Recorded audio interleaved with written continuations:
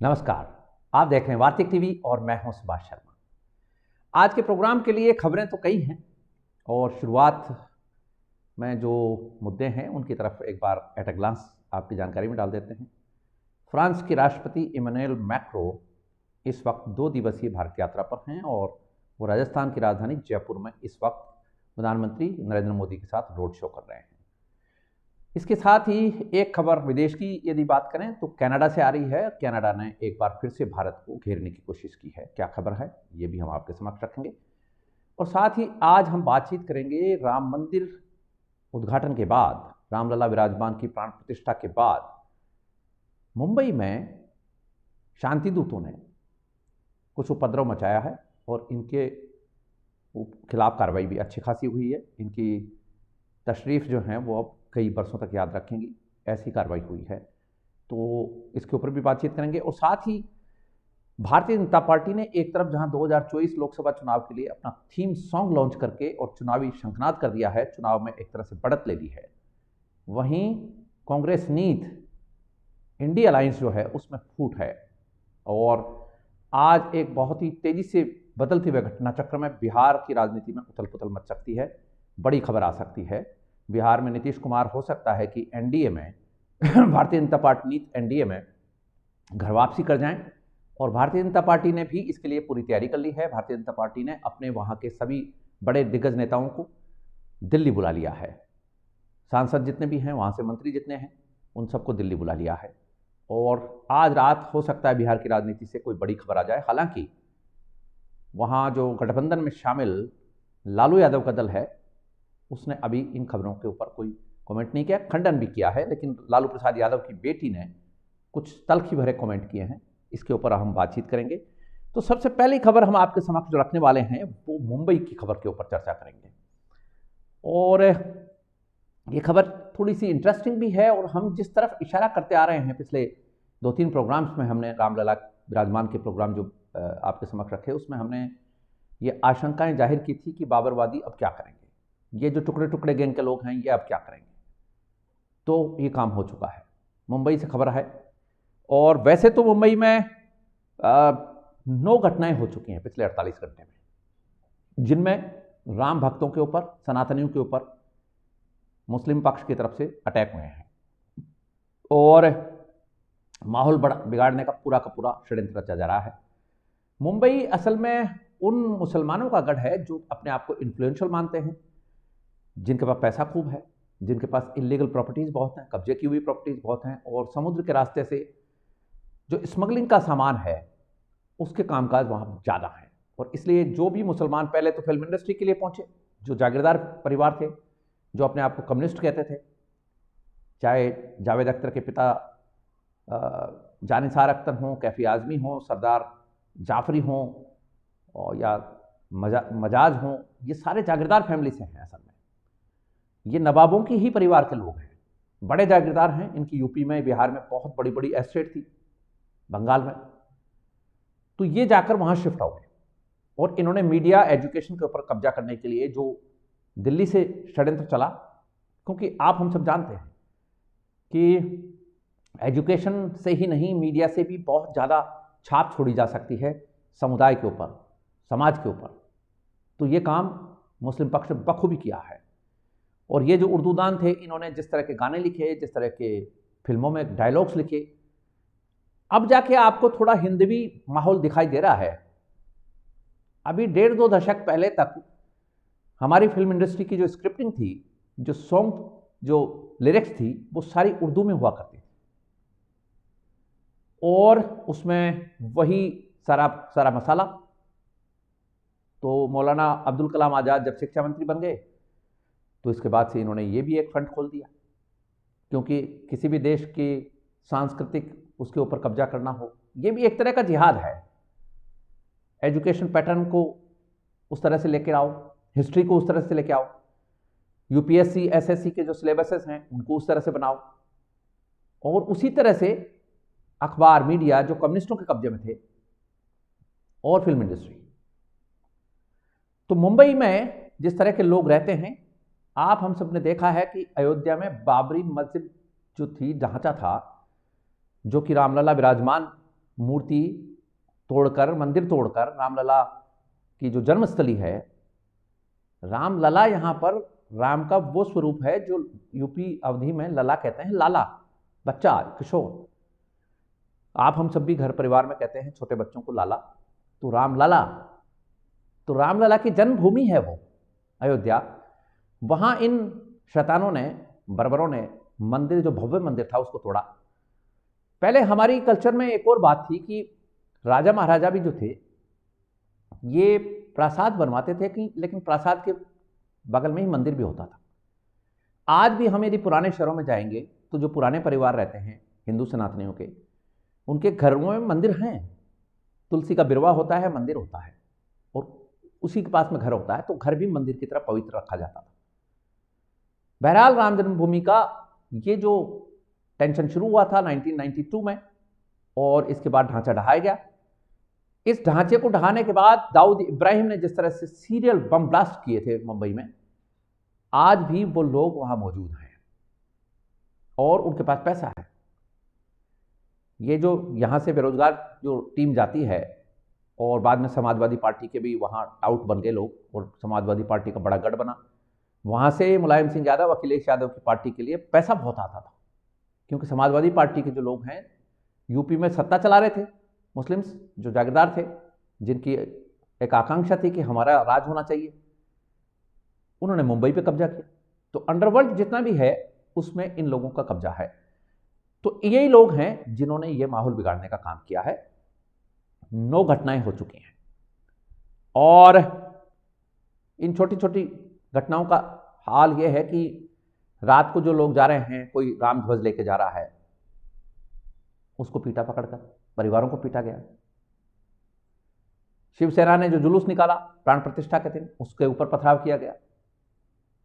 तो मीरा रोड, पनवल, सातारा, ये जो इलाके हैं यहां पर भी हुए हैं, लेकिन मीरा रोड की कार्रवाई जो हुई उसके ऊपर तुरंत हरकत में आया प्रशासन, और महाराष्ट्र के डिप्टी सीएम देवेंद्र फडणवीस ने तुरंत एक्शन लिया, और मीरा रोड के ऊपर जो इन शांति दूतों के अवैध कब्जे थे, इनको बुलडोजर से साफ कर दिया गया। बुलडोजर चला, जबरदस्त चला, और जो भी उपद्रवी वहां मिला उसका ठीक से इलाज किया गया, रामदंड से उसका इलाज हुआ। तो ये मुंबई और महाराष्ट्र का मामला चल रहा है। अब हाल ये है कि शोभा यात्राएं निकली, जुलूस निकले, लोग शाम को, रात को अपने घर वापस जब जा रहे थे तो ध्वज लगा हुआ था उनकी बाइक्स के ऊपर, गाड़ियों के ऊपर, उनको तोड़फोड़ की गई, वाहनों को जला दिया गया। इस तरह की घटनाएं वहां हुई। तो ये जो लोग हैं जो भगवान राम को अपनी जन्मभूमि में जाने से रोक देना चाहते हैं, और ये चाहते हैं कि वो बाबर जो बाहर से आया आक्रांता बनकर, और जिसने इनके पूर्वजों को कन्वर्ट भी किया, यहां बाबर के साथ आए हुए मुसलमान ज़्यादा रहे नहीं थे, पहले से जो मौजूद थे वो शासन सत्ता में जरूर शामिल हो गए थे। जो गुलाम वंश के लोग थे, अफगानिस्तान के जो लोग थे, अफगानिस्तान में कन्वर्शन बहुत पहले हो गया था, और 350 साल तक ये जो जिहाद चली, भारत के अंदरूनी भागों में तो नहीं आ पाई। सिंध में एक बार अटैक हुआ, वैसे तो 3 बार हुआ, लेकिन एक बार सफल अटैक हुआ। इसके बाद 350 सालों तक भारत में कोई हिमाकत नहीं कर पाए। महमूद गजनबी जो था वो आता था, रेड करता था, और यहाँ कुछ लोगों को कायमी बनाकर, कुछ लोगों को अपना वो देकर पट्टा। एक बार बात करेंगे हम ये कायमी क्या मामला है, क्योंकि ये बहुत हिस्ट्री का एक ऐसा पार्ट है जिसको छोड़ दिया गया है।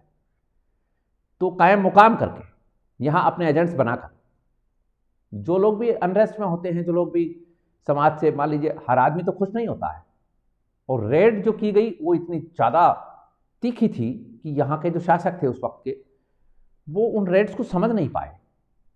वीरता में कोई कमी नहीं थी, लेकिन युद्ध शैली में एक ड्रास्टिक चेंज देखने को मिला जो यहाँ के लोग समझ ही नहीं पाए, और बात आज तक नहीं समझ पा रहे। वहां पर युद्ध में कुछ भी जायज है। ये जो everything is fair in love and war जो कहा जाता है, ये हमारा नारा नहीं है। हम संयमी लोग हैं, लेकिन इन्होंने वेस्टर्न ताकतों से सीखा, और वेस्टर्न ताकतों के बाद इस्लाम में भी इस तरह की बातें आई, क्योंकि क्रिश्चियनिटी तब तक वहां काम कर चुकी थी, तो इन्होंने उनसे सीखा। और वहाँ से सीखते सीखते ये भारत के साथ ये प्रॉब्लम थी कि युद्ध के नवाचार क्या क्या चल रहे थे विश्व पटल के ऊपर, वो नहीं सीख पा रहा था भारत। भारत तो अपने में मगन था, खूब पैसा था। कोई भी संपन्न आदमी होता है वो अपने में ही जीता है, वो क्यों जाएगा बाहर संघर्ष करने।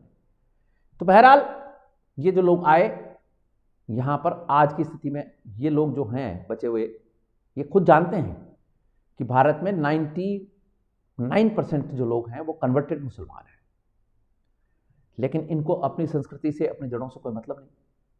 ये तो रंग में रगे हुए हैं अब, लेकिन इनको ये पता नहीं है कि जहाँ से ये पूरा का पूरा दीन आया वहाँ की आज की खबर क्या है। हम बात कर रहे हैं मक्का मदीना की सरजमीन सऊदी अरब की। सऊदी अरब के शासकों ने अब वहाँ पर शराब बिक्री को खोल दिया है। इस्लामिक जगत के लिए ये एक रिवॉल्यूशनरी मामला होगा, क्योंकि जो कट्टर इस्लामिक कंट्रीज हैं वहाँ शराब नहीं मिलती है, शराब बिक्री पर सजा है, मुसलमान शराब नहीं पी सकता। भारत पाकिस्तान की बात, बांग्लादेश की बात अलग है। यहाँ तक कि सऊदी अरब और यूएई में भी हालात वैसे ही हैं, युगांडा में भी वैसे ही हैं, सोमालिया में भी वैसे ही हैं, अफगानिस्तान में भी वैसे ही हैं। नशा करते हैं, भांग गांजा भी इस्तेमाल करते हैं, और कोकेन और हेरोइन इन्हीं के लिए बनती है असल में, क्योंकि शराब पीना इनके लिए हराम है तो बाकी नशा कर लेते हैं। सोमालिया से भी एक नशेली आती है इनकी औषधि, तो वो सेवन करते हैं और खूब सेवन करते हैं। 1952 में सऊदी अरब के किंग की एक पार्टी में वहाँ के एक प्रिंस ने ब्रिटिश राजदूत को गोली मारकर उसकी हत्या कर दी थी। कारण कि प्रिंस की पार्टी में शराब परोसी गई थी और शराब में लोग धुत थे। ब्रिटिश एम्बेसडर जो वहाँ था, ब्रिटिश जो वहाँ हाई कमिश्नर था, उसकी और इस प्रिंस की कहासुनी हो गई, और प्रिंस ने, चूंकि वो तो वहाँ का प्रिंस था, तो उसने पिस्तौल निकालकर उसकी हत्या कर दी। अब ये बात अलग है कि सऊदी अरब में ब्लड मनी का रिवाज है, और इस एम्बेसडर की वाइफ को भी ये समझा लिया गया, क्योंकि इंग्लैंड में भी इस्लामिक फोर्सेज का आप जानते हैं दबदबा बहुत है। इस एम्बेसडर की वाइफ को समझा दिया गया कि तुम ब्लड मनी ले लो और मामला रफा दफा करो। उसने ब्लड मनी ले ली। तो उस वक्त से 1952 से सऊदी अरब में शराब बिक्री के ऊपर रोक थी। अब वहाँ के जो प्रधानमंत्री हैं, क्राउन प्रिंस हैं मोहम्मद बिन सलमान, उन्होंने ये फरमान जारी कर दिया है कि जो विदेशी लोग हैं, विदेशी जो डिप्लोमेट्स वगैरह हैं, विदेशी जो स्टाफ है, नॉन मुस्लिम्स ओनली, गैर मुसलमान शराब खरीद सकते हैं अपना आइडेंटिटी कार्ड दिखाकर। अब आप हम सब जानते हैं कि पाकिस्तान में क्या हाल है, कोई आइडेंटिटी कार्ड नहीं दिखाता। पाकिस्तान में वहाँ की आर्मी पीती है, आर्मी के बहुसंख्यक जनरल्स, आर्मी के पूरे जवान पीते हैं कैंटीन में शराब मिलती है। बाहर से जो लोग जाते हैं वो अपने सामान में शराब लेकर आते हैं, रिश्वत देकर एयरपोर्ट से निकल जाते हैं। तस्करी खूब होती है, अफगानिस्तान में खूब तस्करी होती है शराब की, तो सऊदी अरब में नहीं होगी। तो ये कहने का मतलब हमारा है कि छूट हो गई है। जो एक कट्टरता का आवरण था वो अब धीरे धीरे दरक रहा है, वो तो टूटा जा रहा है। वो कंपटीशन है सऊदी अरब और यूएई के बीच में, क्योंकि यूएई बहुत आगे बढ़ चुका है। दुबई में आप देखिए, शारजा में देखिए, अबू धाबी में देखिए, यहाँ पे हालात थोड़े से टाइट हैं क्योंकि यहाँ मक्का मदीना है। तो और सबसे ज़्यादा तो कट्टरपंथी यहीं थे। ये जो मजहब का जो फैलाव है, जो पाकिस्तान में पैसा आता था, वो देने वाले तो सऊदी अरब के लोग ही थे। तो वहाँ से कुछ खबर इस तरह की आ रही है। तो भारत के मुसलमानों को समझना चाहिए कि दुनिया के मुसलमान अब उस तरह की रवायतों में, उस बर्बर कानून में, उस स्टोन एजेस में नहीं रहते हैं। वो मॉडर्न वर्ल्ड के साथ आना चाहते हैं। सऊदी अरब में मंदिर बन रहे हैं, यूएई में बन चुके हैं। सऊदी अरब में गीता की पुस्तकें बिक रही हैं इस्कॉन के कीर्तन हो रहे हैं, रामधुन बज रही है, रामायण महाभारत पाठ्यक्रम में पढ़ाई जा रही है। और ये हमारे वाले जो कि हमारे ही हैं, कन्वर्टेड हैं असल में मुसलमान, तो ये हमारे होकर भी झंडे लेकर ही जाने पर, ये देखिए आप जरा। तो पाकिस्तान जिस तरह का काम चाहता है वो इनके एजेंट बैठे हुए हैं, ये कराते रहते हैं। तो एक खबर ये कि अब रामलला विराजमान के बाद में ये काम होंगे। शांतिदूत, टुकड़े टुकड़े गैंग और इनके जो आका हैं वो चुप तो नहीं बैठने देंगे, अशांति तो फैलाएंगे, तो सावधानी की जरूरत जरूर है। दूसरी खबर हम लेना चाहते हैं बिहार से, जो खबर आ रही है इस वक्त। बिहार की जो सरकार है इसमें लग रहा है सब कुछ ठीक नहीं है। हाल ही में वहां के चीफ मिनिस्टर नीतीश कुमार ने कर्पूरी ठाकुर के एक कार्यक्रम में एक स्टेटमेंट दिया था कि परिवारवाद को बढ़ावा नहीं देना चाहिए। कर्पूरी ठाकुर ने कभी परिवारवाद को बढ़ावा नहीं दिया और परिवारवाद के खिलाफ नीतीश कुमार ने काफी कुछ जहर उगला।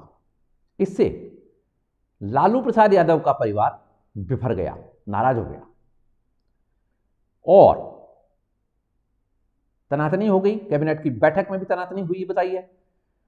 और अब हालात ये हैं कि भारतीय जनता पार्टी के सभी नेताओं को दिल्ली बुला लिया गया है और नीतीश कुमार की घर वापसी के अंदेशे जताए जा रहे हैं। नीतीश कुमार एनडीए के अपने घर में वापस आ सकते हैं, क्योंकि नीतीश कुमार बेसिकली एनडीए के पार्ट रहे हैं अटल बिहारी वाजपेयी के टाइम से। तो आज की खबरें बहुत सुर्खियों में हैं। अब बात देखने वाली ये रहेगी कि भारतीय जनता पार्टी यदि नीतीश कुमार को ले लेती है साथ में तो क्या सरकार में आएगी, क्योंकि यदि हम वहाँ की जो स्टेटिक्स है उसको यदि देखें तो 243 मेंबर्स की लेजिस्लेटिव असेंबली है। 243 का ये जो हाउस है बिहार असेंबली का, इसमें 122 बहुमत का जादुई आंकड़ा है। 122 विधायक चाहिए। यदि हम आरजेडी की स्थिति देखें, लालू प्रसाद यादव की पार्टी की, तो 79 सीटें लालू यादव की पार्टी के पास में है और 45 नीतीश कुमार की जनता दल यूनाइटेड के पास में। भारतीय जनता पार्टी की स्थिति है उसके पास 78, यानी लालू प्रसाद यादव की पार्टी से एक कम, और नीतीश की पार्टी 45। तो यदि हम इस जोड़ को देखते हैं तो बहुमत से पार चले गए हैं बीजेपी और नीतीश कुमार का गठबंधन। 122 नहीं है, 123 हो रहे हैं। और यदि नीतीश कुमार कर्पूरी ठाकुर के उस कार्यक्रम से और कर्पूरी ठाकुर को भारत रत्न दिए जाने से ये सोच रहे हैं कि बिहार में माहौल बदलेगा और अब चूंकि रामलला विराजमान प्रतिष्ठित हो चुके हैं तो माहौल में चेंज आएगा।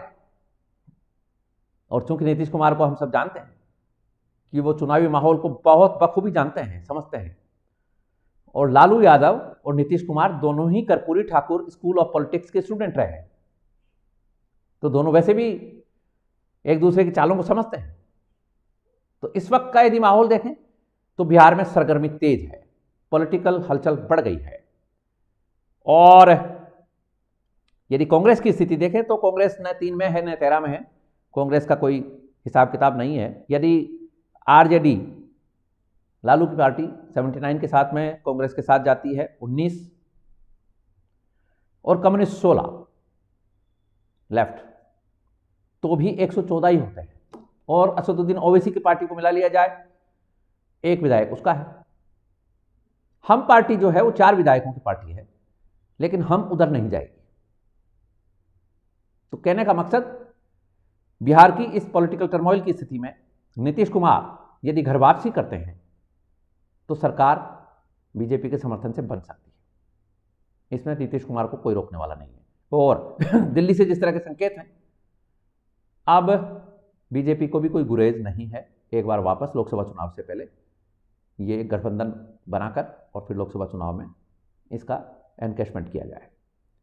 घर वापसी की पूरी संभावनाएं लग रही हैं। और घर वापसी की जब बात चल रही है तो कर्नाटक के पूर्व सीएम और भारतीय जनता पार्टी के वरिष्ठ नेता रहे, लिंगायत समुदाय के बड़े नेता हैं जगदीश शेट्टार, इन्होंने आज भारतीय जनता पार्टी में घर वापसी कर ली है। और यह घर वापसी 7 महीने के बाद हुई। अभी हाल ही में विधानसभा चुनावों के दौरान टिकट नहीं मिली तो कांग्रेस ज्वाइन कर ली जगदीश शेट्टार ने। लेकिन चूंकि लोकसभा चुनाव है और लिंगायत समुदाय का वहां बड़ा बोलबाला है, 14% के आसपास लिंगायत समुदाय की वोटिंग परसेंटेज है, और लिंगायत समुदाय का अलग से एक स्टेटस भी डिमांड कर रहे हैं लोग, तो इनको थोड़ा साथ में भी रखना है। क्योंकि जब से BS येदियुरप्पा को भारतीय जनता पार्टी ने पॉलिटिक्स से रिटायर किया है, तब से लिंगायत समुदाय का इनके पास कोई बड़ा नेता नहीं है।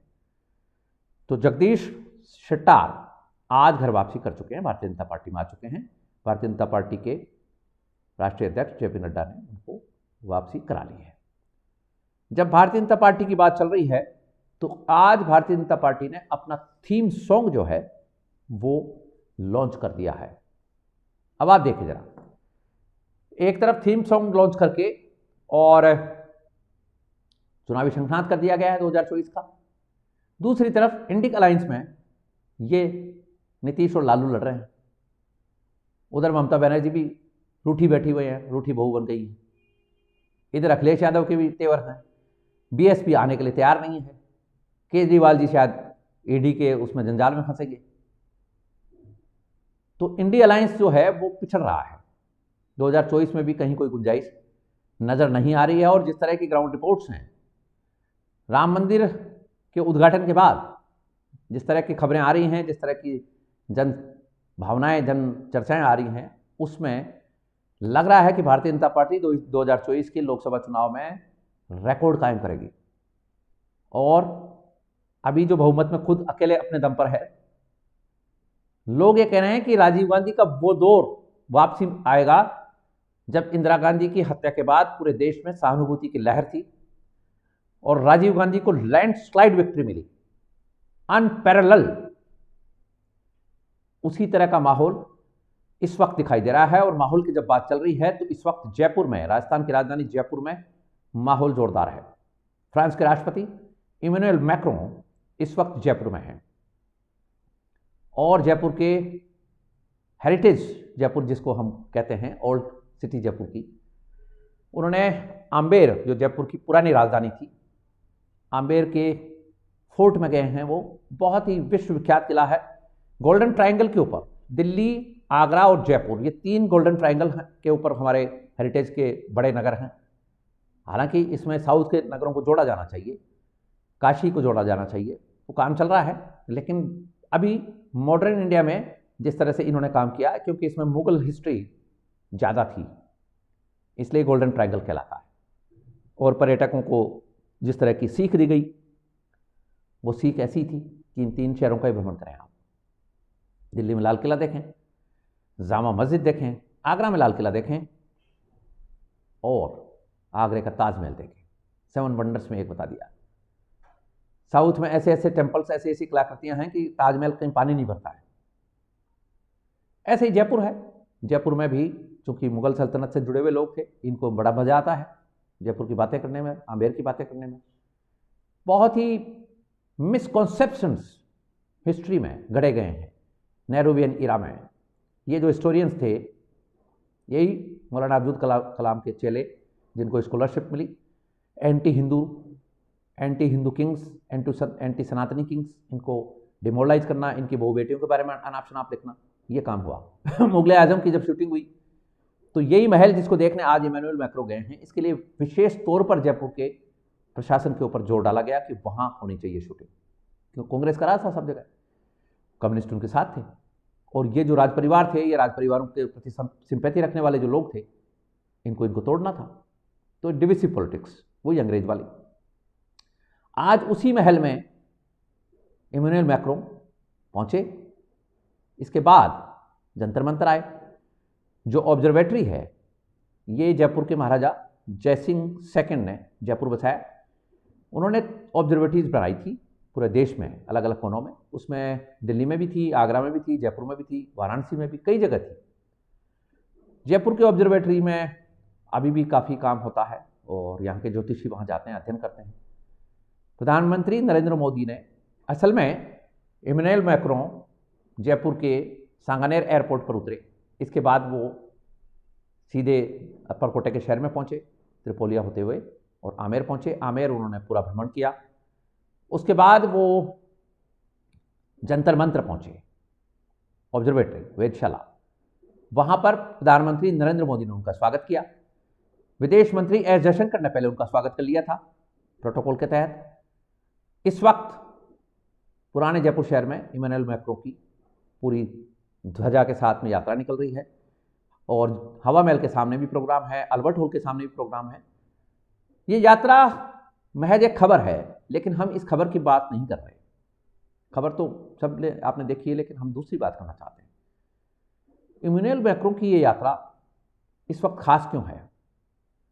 अमेरिकन प्रेसिडेंट जो बाइडेन के हमारे गणतंत्र दिवस परेड समारोह के मुख्य अतिथि बनने के, विशेष अतिथि बनने के इनकार करने के बाद फ्रांस के राष्ट्रपति इमैनुअल मैक्रों भारत आए और वो कल हमारी परेड के विशेष अतिथि होंगे। इससे पहले आज उन्होंने जयपुर की यात्रा की है।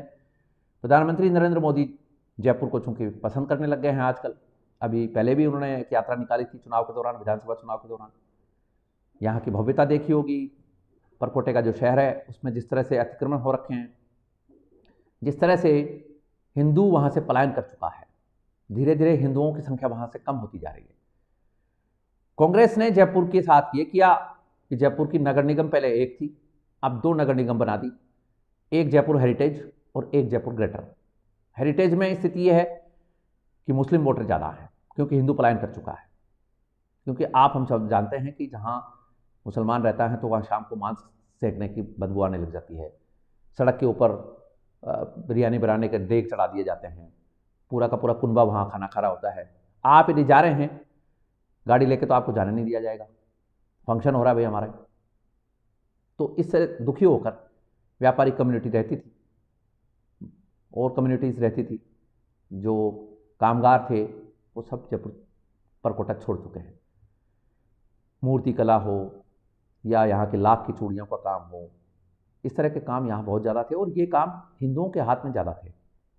जितने भी दड़े हैं, कटले हैं, बाजार हैं, ये हिंदू वहाँ ज़्यादा हैं। लेकिन अब हिंदुओं का वहाँ, चाहे रैगरों की बस्ती हो, चाहे कुमारों का मोहल्ला हो, ये सब, चाहे भटपड़ों की बस्ती हो और चाहे जुलाओं की बस्ती हो, यानी बुनकरों की, ये सब बाहर आ गए हैं। अब रेसिस्ट करने के लिए परकोटे के शहर में हिंदू कम बचे हैं। तो हो सकता है कि प्रधानमंत्री नरेंद्र मोदी इसलिए भी बार बार वहाँ आ रहे हों कि इसकी तरफ कुछ काम किया जाए। क्योंकि परकोटे के जितने भी शहर हैं हमारे पुराने, चाहे वो हैदराबाद हो, चाहे जयपुर हो, चाहे आगरा हो, चाहे दिल्ली हो, यहाँ तक कि अयोध्या में भी ये स्थिति बन गई थी, काशी विश्वनाथ की जहाँ बात करें, वाराणसी की, वहाँ पर भी ये स्थिति बनती जा रही थी। ये हमारे पुराने हेरिटेज के हमारी थाती हैं सब में। तो आज पुराने शहर की तरफ इशारा है प्रधानमंत्री नरेंद्र मोदी का। लेकिन जो इम्पोर्टेंट बात हम करना चाहते हैं वो ये कि फ्रांस के मार्फत अब भारत अमेरिका को थोड़ा सा हिसाब किताब में लाना चाहता है, थोड़ा मीटर में लाना चाहता है।